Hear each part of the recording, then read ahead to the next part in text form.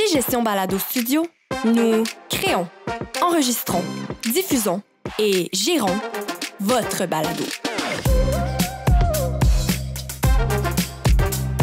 Tout ça sous un même toit. Que vous soyez une entreprise, une institution ou un organisme, faites de votre communication une expérience unique et captivante. Ensemble, réalisons votre podcast. Bonjour tout le monde et bienvenue dans ce nouveau webinaire sur le sommet virtuel de l'entrepreneuriat et du reprenariat. Aujourd'hui, c'est un immense plaisir pour moi d'accueillir deux personnes qui composent mon quotidien, puisque ce sont deux collaborateurs au sein de ce sommet. Et je parle de Nathan Saint-Hilaire et de Éric Filion de Bronco Marketing. Donc aujourd'hui, le thème, c'est le capital de marque. Le capital de marque, un atout important que vous ne pouvez plus ignorer. Donc, cette conférence explore l'importance du capital de marque en tant qu'atout stratégique pour les entreprises modernes, en montrant comment, en investissant dans la valorisation de la marque, on peut établir plus de crédibilité et de notoriété pour votre entreprise, tout en optimisant la valeur de celle-ci. Créer un sentiment d'appartenance fort auprès des clients et des employés. Vous allez pouvoir découvrir des éléments essentiels pour développer votre marque et une marque qui se veut solide et ainsi envisager d'impacter d'une façon vraiment différente votre marque employeur sur les relations professionnelles. En offrant des outils pratiques pour construire et gérer efficacement leur marque, cette conférence permettra aux entreprises de transformer les enjeux d'opportunité et de bâtir des relations authentiques, durables avec leur public cible. Sans plus tarder, je laisse la parole à Nathan Saint-Hilaire et Éric Filion de Bronco Marketing. Bonjour à tous, mon nom est Nathan Saint-Hilaire, je suis vice-président de BRKM et GB Studio, fier porte-parole et commanditaire officiel de ce bel événement qui est le sommet virtuel de l'entrepreneuriat et du reprenariat organisé par François Deschamps, notre coach et partenaire. Tout d'abord, j'aimerais vraiment remercier François pour cette belle initiative ainsi que nos 13 panélistes qui ont accepté de se joindre à l'aventure durant cette semaine mondiale de l'entrepreneuriat. Donc, pour vous fournir des outils, des conférences sur des sujets d'actualité qui font la différence dans le monde entrepreneurial en ce moment. Tout d'abord, bien évidemment, j'aimerais parler de qui nous sommes, BRKM. Donc, BRKM, c'est une agence qui est spécialisée dans la gestion du capital de marque. Donc, ce qu'on fait sur une base quotidienne, c'est qu'on accompagne les entreprises dans l'optimisation de leur investissement marketing pour accroître la valeur de leur marque. Ce qu'on fait dans le day-to-day, c'est qu'on propose une approche complète de gestion de marque ou brand management qui se base sur notre méthodologie firme. On aura la chance d'en discuter plus en détail au cours de la conférence. Donc, notre particularité, c'est qu'on intègre la gestion budgétaire, la coordination des projets ainsi que l'analyse de rentabilité dans nos opérations pour vous aider à maximiser l'impact de vos investissements marketing, à renforcer votre positionnement sur le marché et à assurer une croissance durable. En somme, ce que vous devez retenir, c'est qu'on assure une saine gestion de votre capital de marque en optimisant le capital investi dans votre marque. Le sujet de la conférence aujourd'hui, c'est qu'on va explorer ensemble. C'est pourquoi le capital de marque, c'est un élément incontournable pour chaque entreprise. Ou comme le dit le titre, pourquoi est-ce que c'est un atout qu'on ne peut plus ignorer? On va voir ensemble comment la marque, qui est bien plus qu'un simple logo ou bien un slogan, représente un atout économique et stratégique essentiel. À travers cette conférence, on va découvrir ensemble des outils, des approches pratiques pour développer puis valoriser votre capital de marque en vue d'une croissance optimisée et d'une meilleure résilience sur le marché. Cette conférence-là s'adresse à beaucoup de gens. Fait qu'on va en discuter. Premièrement, les propriétaires d'entreprise. Aujourd'hui, vous allez pouvoir découvrir comment bâtir votre capital de marque pour augmenter la valeur et la longévité de votre entreprise. Les cadres gestionnaires, on va comprendre ensemble comment le capital de marque impacte les opérations et comment il peut être intégré dans la stratégie globale de l'entreprise. Les repreneurs, on va apprendre à évaluer le potentiel d'une marque lors de l'acquisition puis découvrir comment en tirer le meilleur parti pour accélérer la croissance post-acquisition. Les cédants, ou bien les gens, en fait, qui vendent leur entreprise, on va voir en quoi le capital de marque bien valorisé peut faciliter une vente avantageuse et garantir la continuité de votre vision. Puis finalement, les professionnels pour accéder à des perspectives stratégiques pour comprendre l'impact du capital de marque sur une entreprise. Pour la deuxième partie de cette conférence-là, je vais transférer le micro à Éric Filion, mon associé, président de BRKM et co-associé chez GB Studio. Bien, bonjour tout le monde. Tout d'abord, je tiens à remercier votre présence pour le sommet. Ça nous fait plaisir de participer à ça. Puis, tout de suite, pour mettre la table, j'aimerais qu'on puisse faire la différence entre justement une entreprise et une marque. L'entreprise, c'est l'entité qui gère tout l'aspect opérationnel. Elle fabrique des produits, fournit des services, gère les finances et s'occupe des activités quotidiennes. La marque, de son côté, c'est l'image que le public se fait de l'entreprise. C'est l'ensemble des perceptions, valeurs, émotions que les gens associent à l'entreprise. Finalement, ce que les gens pensent, ressentent, disent au sujet de l'entreprise, ben, c'est pas mal ça la différence. Qu'est-ce que le capital de marque? Quand on parle de ça depuis le début, ben, le capital de marque, c'est la valeur ajoutée que la marque apporte à l'entreprise en s'appuyant sur sa notoriété, qualité perçue, fidélité des clients, un capital de marque solide. Ça permet de se démarquer de ses concurrents puis de justifier plus souvent qu'autrement un prix plus élevé. Pourquoi qu'on parle du capital de marque aujourd'hui? Bien, dans un marché qui est saturé en perpétuel changement, le capital de marque, c'est un atout indispensable pour capter, fidéliser les clients. Ça a un impact direct sur les performances financières, renforcer l'attractivité de l'entreprise auprès des talents, augmente le potentiel de transfert et de revente d'entreprise. Je pense que c'est un sujet qui est à la mode cette semaine. Quel rôle le capital de marque joue dans votre entreprise?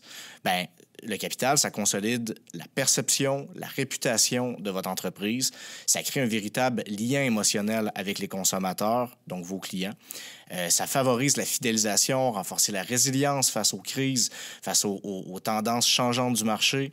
Ça ouvre les portes vers de nouvelles opportunités de croissance et de partenariat. Donc, je vais laisser la parole à mon associé Nathan pour la partie 3 pour rentrer dans le vif du sujet. Donc, tout le monde, on va parler ensemble de l'approche firme que j'ai parlé dans mon introduction. Donc, l'approche firme, c'est quoi? C'est 5 lettres, bien évidemment. Donc, c'est la fidélisation, l'indépendance, la rentabilité, les marges et l'expansion. On va débuter avec la fidélisation. Dans notre modèle firme, l'aspect fidélisation, c'est essentiel pour renforcer la relation avec vos clients puis augmenter la rentabilité à long terme. L'objectif, c'est simple. Accroître la fidélité des clients pour générer des revenus récurrents puis augmenter leur valeur à vie. Pourquoi est-ce que c'est si important? C'est parce qu'un client fidèle, ça coûte bien moins cher à maintenir que d'en acquérir un nouveau. Une fois qu'un client est acquis, il est plus économique de le réengager, ce qui permet à l'entreprise de réaliser des économies tout en assurant une base de revenus stable. On va parler un peu des méthodes pour y arriver. On peut inclure des stratégies de rétention client comme le cross-selling, fait qu'on vend des produits complémentaires, ou l'upselling, proposer une version plus premium d'un produit. Mais c'est ces stratégies-là, ultimement, ils permettent d'augmenter la valeur des ventes par client sans avoir besoin de nouveaux leads.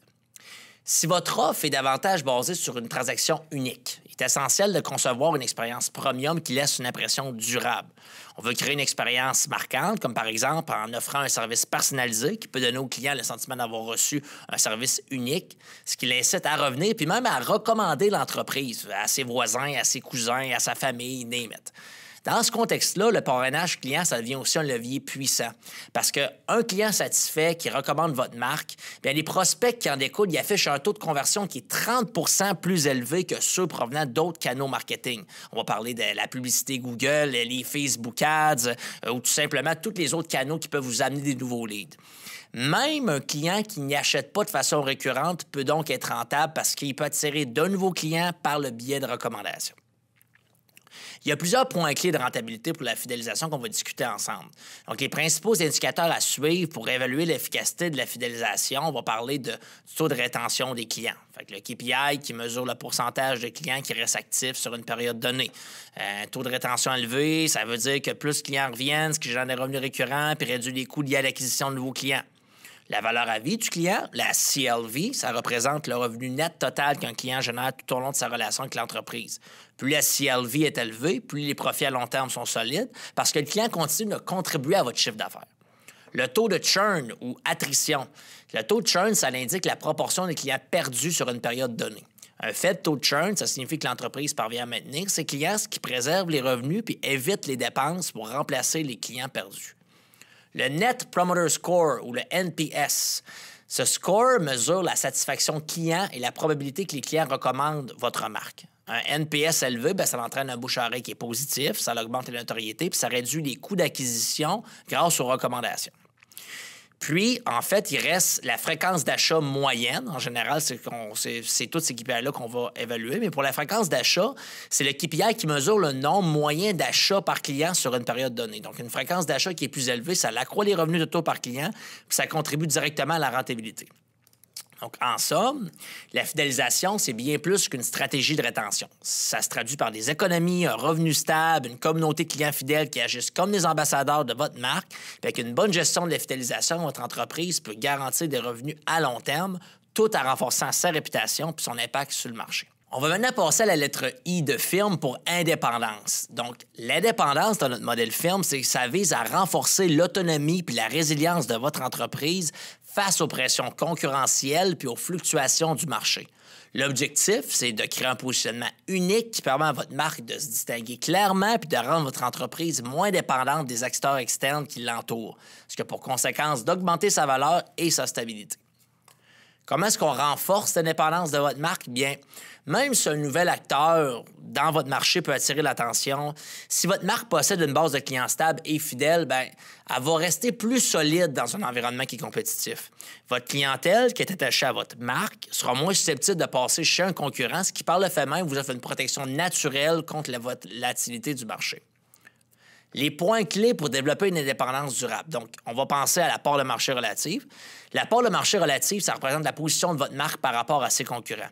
Part de marché accrue signifie que votre entreprise génère des revenus solides puis se distingue clairement des autres. Une marque bien implantée puis largement reconnue, bien, c'est naturellement plus résilient face à la concurrence.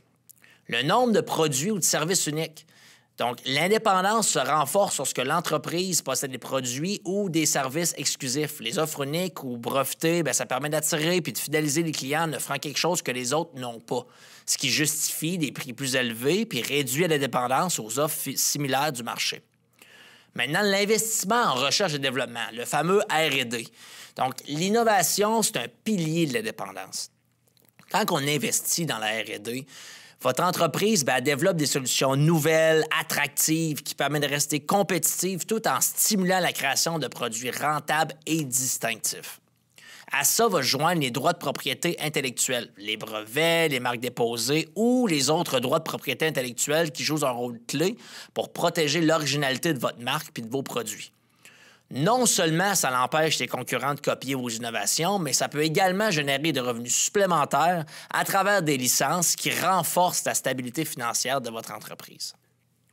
Maintenant, la dépendance aux fournisseurs et aux partenaires. Ce qu'on veut, c'est minimiser la dépendance aux fournisseurs et aux partenaires stratégiques, ce qui réduit les risques liés à vos ruptures d'approvisionnement ou aux variations des coûts. Une entreprise indépendante dans ses opérations est bien mieux protégée face aux changements externes, ce qui garantit une continuité des activités et une plus grande sécurité financière. En résumé, l'indépendance d'une marque, c'est bien plus qu'un atout stratégique. En fait, c'est ce qui permet de se démarquer de la concurrence, de fidéliser ses clients avec des offres uniques, de créer une entreprise capable de résister aux turbulences du marché. En renforçant l'indépendance, on assure non seulement la valeur de votre marque, mais aussi sa résilience et sa longévité. Maintenant, on va passer à la prochaine lettre qui est R pour rentabilité. L'objectif, c'est d'optimiser les performances financières pour augmenter les profits nets, bien évidemment. Mais dans notre acronyme firme, l'aspect rentabilité, ça se concentre sur l'optimisation des performances financières pour maximiser les profits nets. Ce que ça veut dire, c'est qu'il faut améliorer la capacité de l'entreprise à générer des profits tout en contrôlant ses dépenses. Maintenant, on va voir les éléments clés qui permettent d'atteindre cet objectif-là de rentabilité. Donc, on va parler de la marge nette. Tout le monde connaît ça. La marge nette, c'est le pourcentage de revenus qui reste après déduction de toutes les dépenses. C'est un indicateur de la rentabilité globale. Donc, plus la marge nette est élevée, plus l'entreprise est efficace pour transformer ses ventes à profit. Le retour sur investissement marketing, mon KPI préféré, le ROMI. Le ROMI, bien, ça mesure les revenus générés par rapport aux dépenses marketing. En d'autres termes, c'est la rentabilité des campagnes marketing. Une stratégie marketing efficace, ça permet d'obtenir un ROMI élevé. Donc, ça garantit ainsi que chaque dollar investi en marketing contribue directement à la croissance des revenus. La fameuse phrase « Qu'est-ce que ça donne, le marketing? » Bon, bien, le ROMI, c'est ce KPI-là. Maintenant, on va parler des coûts bien vendus, le coût des biens vendus, soit le COGS. Le COGS, c'est OGS, ça représente le coût direct de production des produits vendus. En réduisant le COGS, on augmente automatiquement la marge brute, ce qui améliore votre rentabilité. C'est un levier essentiel pour maintenir des marges élevées parce que chaque réduction de coût de production se traduit par un meilleur profit. L'efficacité opérationnelle. L'efficacité opérationnelle, ça se mesure dans quelle mesure les processus internes fonctionnent de manière optimale. En améliorant l'efficacité, en réduisant les temps de cycle, en minimisant les défauts de production, par exemple, l'entreprise peut diminuer ses coûts opérationnels, ce qui contribue à l'augmentation de ses profits. La productivité du personnel.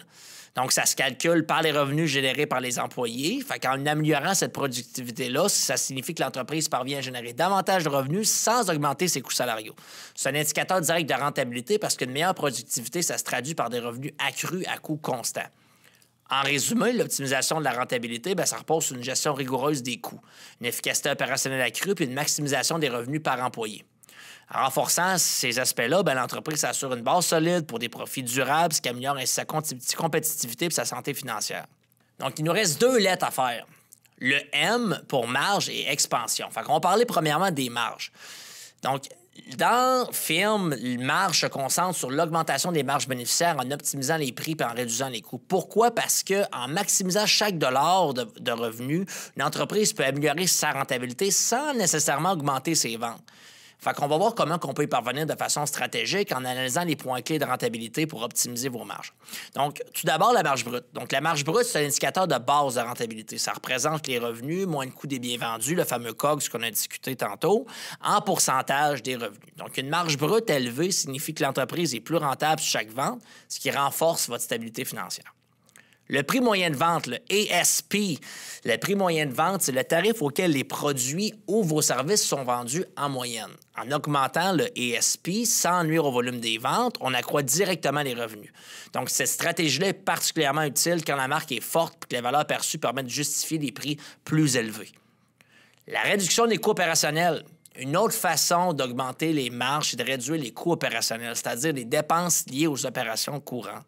En minimisant ces coûts-là, on augmente directement les marges nettes. Puis ce que ça permet, en suivant des dépenses sur différentes périodes, c'est qu'on peut identifier les opportunités d'économie puis d'ajustement. La valeur perçue par le client.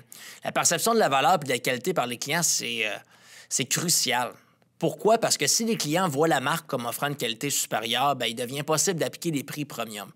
Pour suivre cette valeur perçue, on peut utiliser des enquêtes de satisfaction, le NPS, qu'on a vu tout à l'heure, puis les avis en ligne. Donc, une valeur perçue élevée, ça favorise les marges en augmentant la disposition des clients à payer plus cher. L'élasticité du prix de la demande. Donc, comprendre l'élasticité du prix de la demande ou la sensibilité des clients au changement de prix, c'est essentiel pour optimiser la stratégie de prix, en sachant jusqu'où on peut augmenter les prix sans affecter la demande. Donc, ainsi, on peut maximiser les marges. Donc, en résumé, optimiser les marges, ça revient à travailler sur 2 axes. Augmenter les revenus unitaires puis réduire les coûts. Fait que grâce à une marque solide puis une compréhension fine de la valeur perçue puis de l'élasticité de la demande, une entreprise peut ajuster ses prix, renforcer ses marges puis améliorer sa rentabilité globale. On va maintenant terminer avec la lettre E de Film pour expansion. Donc, l'objectif de l'expansion, c'est de stimuler la croissance en pénétrant des nouveaux marchés puis en élargissant votre offre de produits puis de services. C'est ici que le capital de la marque joue un rôle essentiel. Une marque solide, ça permet de lancer des nouveautés en s'appuyant sur une base de clients fidèles, ce qui aide grandement à réduire les obstacles d'entrée et à maximiser les chances de succès. Il y a plusieurs facteurs influents dans l'expansion qu'il faut prendre en considération, comme la confiance des clients existants, parce qu'avec une marque bien établie, les clients actuels sont plus enclins à essayer de nouveaux produits ou bien des services. Puis c'est également cette confiance-là qui permet de faciliter l'adoption des nouveautés et d'assurer une base solide pour démarrer sur des nouveaux segments de marché. Il y a également la réputation établie qui va jouer dans ça, donc la notoriété, la crédibilité de la marque, ça élimine certaines barrières d'acceptation parce que les nouveaux clients ont déjà une perception positive de la qualité et des valeurs de la marque. Ça peut permettre d'accélérer l'intégration sur des nouveaux marchés en instaurant un sentiment de fiabilité. Également, l'adoption rapide, fait que grâce à la qualité perçue pour valeur associée, les nouveaux produits ou les services profitent de l'image existante de la marque. Ça fait un effet de levier pour une adoption rapide, puis ça renforce également l'impact de la marque sur son public cible. Il y a plusieurs points clés de rentabilité pour une expansion qui réussit. Donc, on va regarder les revenus provenant de nouveaux marchés ou de produits. Donc, un indicateur clé de la réussite d'expansion, c'est que le pourcentage de revenus totaux générés par ces nouveaux marchés ou produits. Il y a plusieurs points clés de rentabilité qu'il faut observer pour une expansion réussie. Donc, tout d'abord, les revenus provenant du nouveau marché ou de produit. Donc, un indicateur clé de la réussite de l'expansion, c'est le pourcentage de revenus totaux générés par ces nouveaux marchés ou ces produits. Donc, cette diversification-là, bien, ça augmente les sources de revenus puis ça renforce le chiffre d'affaires global.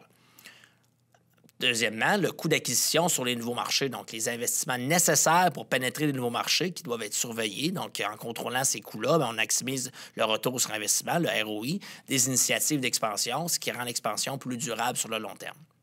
La part de marché acquise, donc mesurer la part de marché dans les segments ciblés, ça permet de voir l'impact réel de la marque sur les nouveaux marchés. Une part de marché significative, bien, ça représente une source de revenus stable puis en croissance. Le temps de rentabilisation ou le payback period, l'objectif, c'est de raccourcir le temps nécessaire pour compenser les investissements initiaux, ce qui améliore la trésorerie, réduit les risques financiers liés à l'expansion.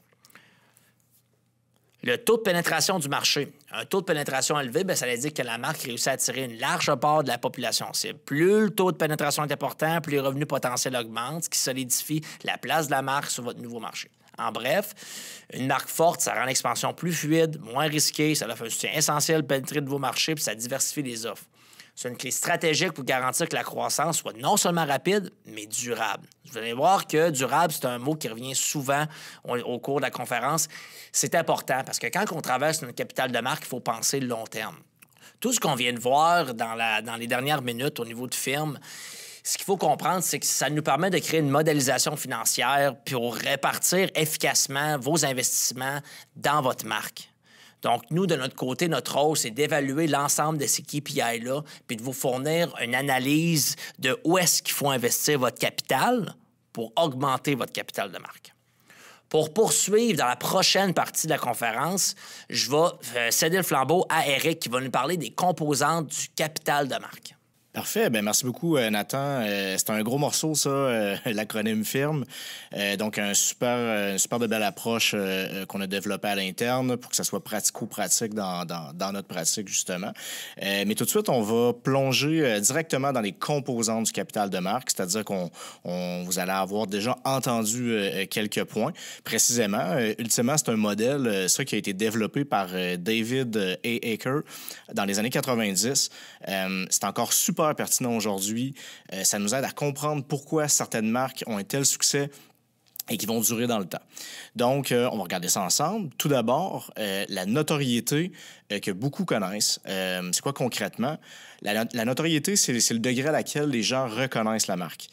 Imaginez le résultat d'années d'efforts de communication, donc de la publicité, là, ultimement, de présence sur l'espace public et numérique, ou tout simplement, imaginez une action stratégique qui mènerait à un buzz ou à quelque chose de viral, ce qui positionnerait une marque rapidement sur un marché. Peut-être un peu moins durable, par contre, mais ultimement, ce qui est important de comprendre, c'est que dans chacun de ces composantes-là qu'on va voir, l'important, bien évidemment, c'est d'avoir des objectifs, mais de mettre en place les outils pour mesurer cette évolution-là, cette performance-là.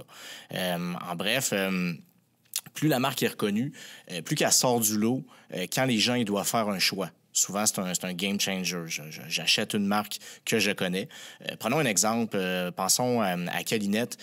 Si je dis 666, 6666, beaucoup de gens vont immédiatement associer ce numéro de téléphone-là à Calinette. Ça s'est pas fait du jour au lendemain, même si le numéro est facile à retenir. C'est avec des efforts constants de communication, de publicité. Les stratégies ont ancré le numéro de téléphone dans l'esprit des Québécois. Le résultat, aujourd'hui, bien, si on demande à quelqu'un de Québec de nommer une entreprise dans le nettoyage, restauration après sinistre, bien, Calinette, ça va sortir dans les premières entreprises mentionnées. Puis pourtant, je suis pas mal convaincu qu'il y a plus d'une dizaine de compétiteurs et c'est pas plus. Mais finalement, quand on demande aux gens de nommer 3-4 entreprises, après 2-3, ils vont être à bout de souffle. Et la première, bien, ça va être elle qui va avoir gagné suffisamment de marché, mais au niveau de notoriété. Pourquoi c'est important? Bien, une marque bien connue, bien, elle attire les clients naturellement. Au final, sans avoir de besoin de publicité constante. Un coup que la notoriété, sans s'asseoir dessus, ça fait en sorte que des clients qui arrivent pour aucune raison, que ce soit évidemment le bouche à oreille, mais la partie de notoriété vient faire un élément important là-dedans. Donc, beaucoup moins d'argent à investir dans les efforts marketing, bien comme j'ai mentionné, qu'il ne faut pas s'asseoir là-dessus. En deuxième, il y a la fidélisation. C'est quoi concrètement? C'est la fidélité à la marque. C'est quand un client choisit de revenir vers l'entreprise encore et encore, même s'il y a d'autres options. Puis des fois, meilleure offre, une belle qualité perçue, mais au final, les gens sont des ambassadeurs, ils recommandent, sont satisfaits, ils ont un attachement particulier. Donc, c'est l'attachement qu'ils ressentent envers la marque qui pousse à rester loyal. La fidélité, c'est aussi la capacité d'engager ce client-là dans un processus, évidemment, d'achat, de rachat. Et le client fidèle, il va te référer à des nouveaux clients. Il va se porter garant, des fois, de la marque en tant que telle, sans avoir aucune manière ou rétribution. Donc, ça peut également être une stratégie à mettre en place quand il y a justement des commissions de référencement ou des avantages, etc. Toutes sortes de programmes existent. Par rapport à la fidélité, je prendrais comme un exemple. Mettons, on prend Oraki, qui est une entreprise montréalaise dans le vêtement, avec une tendance écologique. Je pense que ça fait partie de leurs valeurs. J'ai tout récemment vu à une émission Dragon's Den que la fondatrice faisait mention là, d'avoir fait au-dessus d'une dizaine de millions de chiffres d'affaires dans son année sans avoir engagé aucune publicité. Ça a fait un très bon preview de TV, mais ultimement, il s'est passé quelque chose, là. Donc, sans publicité, engendrer autant de revenus, ça peut afficher justement des stratégies de social selling très évoluées. Ça peut être au niveau des communautés. J'ai même eu vent qu'il y avait des groupes Facebook de revente de vêtements usagés qui s'étaient organisés sans même l'initiative de la marque. Donc, j'imagine qu'il y a une valeur perçue au niveau des vêtements qui sont associés directement aux valeurs de cette marque-là. Donc, les gens ont vraiment embarqué là-dedans puis probablement contribué au succès de la marque. Donc, pourquoi c'est important? Peut-être pas besoin de le dire, mais un client fidèle, c'est un revenu stable. C'est un coût d'acquisition qui est réduit parce qu'il existe déjà, donc on n'a pas besoin de l'acquérir. Sa fidélité, permet d'engager des ventes récurrentes puis d'assurer justement de la pérennité sans avoir à toujours mettre de la publicité en ligne. Garder un client fait toute la différence. Tu conserves ses achats, possibilité de nouvelles commandes, tu as son réseau, donc c'est tout bénéfice. Au niveau de la qualité perçue, qui est une autre composante du capital de marque, concrètement, la qualité perçue, c'est l'image que les gens se font de la qualité de tes produits ou des services. Ce n'est pas nécessairement la qualité réelle. On veut avoir une bonne qualité, là, mais quand les gens ont une plus haute estime de la qualité réelle, c'est qu'on a gagné quelque chose au niveau de la perception. Plus ils perçoivent que la marque est comme une haute qualité, plus ils vont être prêts à payer de manière plus importante le produit ou le service pour l'entreprise. C'est de maintenir cette qualité perçue-là au niveau supérieur, de l'améliorer. C'est essentiel pour continuer à attirer des nouveaux clients et protéger la marque, protéger la marge bénéficiaire. Prenons un exemple, je pense à David's Tea, une marque canadienne qui est perçue comme un spécialiste, évidemment, de thé de qualité, avec une grande variété de saveurs, des ingrédients soigneusement sélectionnés, mais il y a probablement des entreprises avec des produits similaires sur le marché de disponibles, mais des gens avec une qualité perçue supérieure vont être prêts à engendrer des coûts plus élevés par rapport à leurs dépenses. Pourquoi c'est important? La qualité perçue bouge justement la crédibilité de la marque et justifie des prix plus élevés.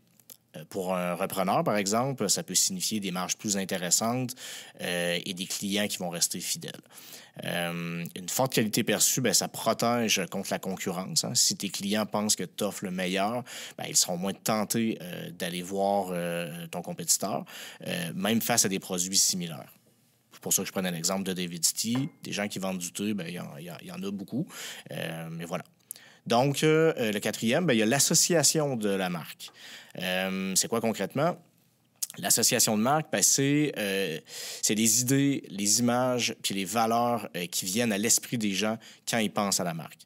Les associations peuvent te démarquer de la concurrence en créant un lien émotionnel avec les clients.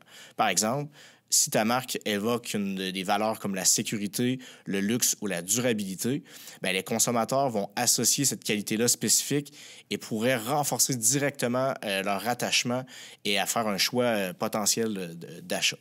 Un exemple, là, ce qui me vient à l'esprit, prenons par exemple Volvo. Quand on pense à cette marque-là, ben, on est directement dans la sécurité, la voiture fiable, un élément au niveau du luxe qui est pas à bâtir. Donc, on a une image hyper ancrée dans tous ces points-là. Ben, ça peut probablement faire en sorte que les consommateurs qui vont rejoindre cette association de marques-là vont faire confiance à les yeux fermés puis procéder à l'achat. Pourquoi c'est important? Bien, les associations positives vont renforcer l'identité de la marque et créer un lien émotionnel unique avec les clients. Pour un repreneur, bien, maintenir des associations ou de les développer, des nouvelles forces dans le marché, bien, c'est essentiel pour fidéliser la clientèle puis attirer ceux qui partagent ces valeurs-là. Donc, par la suite, bien, j'ai les actifs propriétaires. Actifs propriétaires, bien, c'est des éléments uniques qu'une entreprise possède et que d'autres personnes ne peuvent pas utiliser sans son autorisation. On va parler ici de brevets, de droits d'auteur, des technologies spéciales ou même des partenariats exclusifs. Disons que sur une région X, vous avez l'exclusivité sur l'utilisation d'un matériel quelconque, là. Donc, ça, c'est un avantage concurrentiel notable et ça fait partie de ces actifs-là quand ils sont protégés de manière contractuelle, bien évidemment. Ces actifs donnent à la marque un gros avantage compétitif, ça le protège la concurrence, car ça lui permet d'offrir quelque chose que les autres n'ont pas. Je prends Sico comme exemple. C'est la marque québécoise de peinture qui possèdent des formules propriétaires par rapport à la peinture qu'ils ont développée en laboratoire. On le voit dans le storytelling de l'entreprise, c'est très important. C'est une vieille marque qui ont développé, qui ont su tout le temps être en avance sur la qualité de leur peinture et ont protégé tous ces éléments-là. C'est des formules, ça leur permet de se différencier sur le marché puis d'assurer une qualité face à leurs concurrents. Les actifs propriétaires, bien, ça renforce, comme j'ai dit, la position de l'entreprise. Ça lui permet d'offrir quelque chose de vraiment unique. Puis pour un repreneur, justement, qui met la main là-dessus, bien, ça signifie un gros avantage compétitif car il achète directement des droits, des exclusivités ou des technologies. On va vouloir éventuellement en faire la promotion au niveau du storytelling ou parfois pas parce que ça nous donne un avantage sur la compétition. Puis des fois, bien, on veut le garder secret. Donc, c'est au choix du rôtisseur, comme on dit, de le mettre de l'avant ou pas. Donc, voilà, ça va être tout pour ma partie. Maintenant qu'on a discuté des composantes du capital de marque, vous avez probablement réalisé qu'il y a plusieurs similitudes entre les composantes qu'Éric nous a présentées puis les composantes de firme que j'ai abordées durant la conférence. Donc, ce qu'il faut comprendre, c'est que chez BRKM, notre rôle, c'est d'optimiser votre capital de marque. Donc, comme je disais plus tôt dans la conférence, pour optimiser votre capital de marque, bien évidemment, il faut assurer une saine gestion du capital investi dans votre marque. On tire vers la fin de notre conférence, puis avant toute chose, j'aimerais vous parler des 5 pôles de services chez BRKM qu'on offre pour justement optimiser cette gestion du capital de marque-là. Donc, la première chose, c'est la gestion budgétaire des investissements marketing. Donc, on vous aide, les entreprises, les entrepreneurs, à gérer efficacement votre budget alloué aux investissements marketing pour votre marque. Ça inclut la planification, l'allocation des ressources puis l'optimisation des dépenses pour maximiser votre retour sur investissement. Par la suite, il y a la gestion des projets et des intervenants. Fait que, qui dit budget dit projet. Donc, BRKM, on supervise les projets marketing puis on coordonne les différents intervenants impliqués. Des fameux pigistes, les collaborateurs, les départements marketing, donc tous les gens qui sont impliqués dans ces opérations marketing-là pour assurer une exécution fluide et efficace des campagnes et des initiatives marketing. En troisième lieu, gestion de la rentabilité. Donc, on se concentre sur l'augmentation de la rentabilité de vos efforts marketing et de communication. Ça implique l'analyse de vos performances, l'identification des opportunités d'amélioration, puis la mise en place de stratégies pour améliorer vos marges bénéficiaires. Donc, on a également le service conseil en réinvestissement des profits marketing. Donc, on offre des conseils sur la manière de réinvestir les profits générés par vos activités marketing pour favoriser une croissance durable puis augmenter la valeur de votre capital de marque. Puis, en dernier lieu, on fait l'accompagnement dans l'expansion puis le développement de nouveaux produits ou services. Donc, chez BRKM, on guide les entreprises dans le processus d'expansion, y compris le développement, le produit ou le service, la réalisation d'études de marché puis la stratégie de marque pour les nouvelles offres. En conclusion, aujourd'hui, donc, ce qu'on réalise, c'est que le capital de marque, ou ce cas du moins vous devez l'avoir réalisé, c'est que le capital de marque, c'est pas juste un concept marketing. C'est un atout stratégique pour chaque entreprise. Avec notre modèle firme, on a vu comment la fidélisation, la dépendance, la rentabilité, les marges puis l'expansion, ça peut vraiment faire une différence pour bâtir une marque forte puis durable. Aujourd'hui, investir dans votre marque, c'est miser sur la croissance, la résilience puis un avantage compétitif durable. En mettant en place des actions concrètes pour développer votre capital, votre entreprise elle peut se démarquer, renforcer sa place sur le marché, améliorer sa rentabilité puis ouvrir la porte à des nouvelles opportunités. Pour ceux qui souhaitent approfondir le sujet et découvrir comment valoriser concrètement leur capital de marque, je vous invite à échanger avec moi et Eric pour discuter des stratégies adaptées à vos objectifs. Comme on le dit souvent, le coût n'est pas aussi important que la valeur que vous offrez. C'est ce qu'il y a à retenir aujourd'hui. Construisons ensemble une marque qui ne se contente pas de marquer les esprits, mais qui fait de votre marque l'unique choix.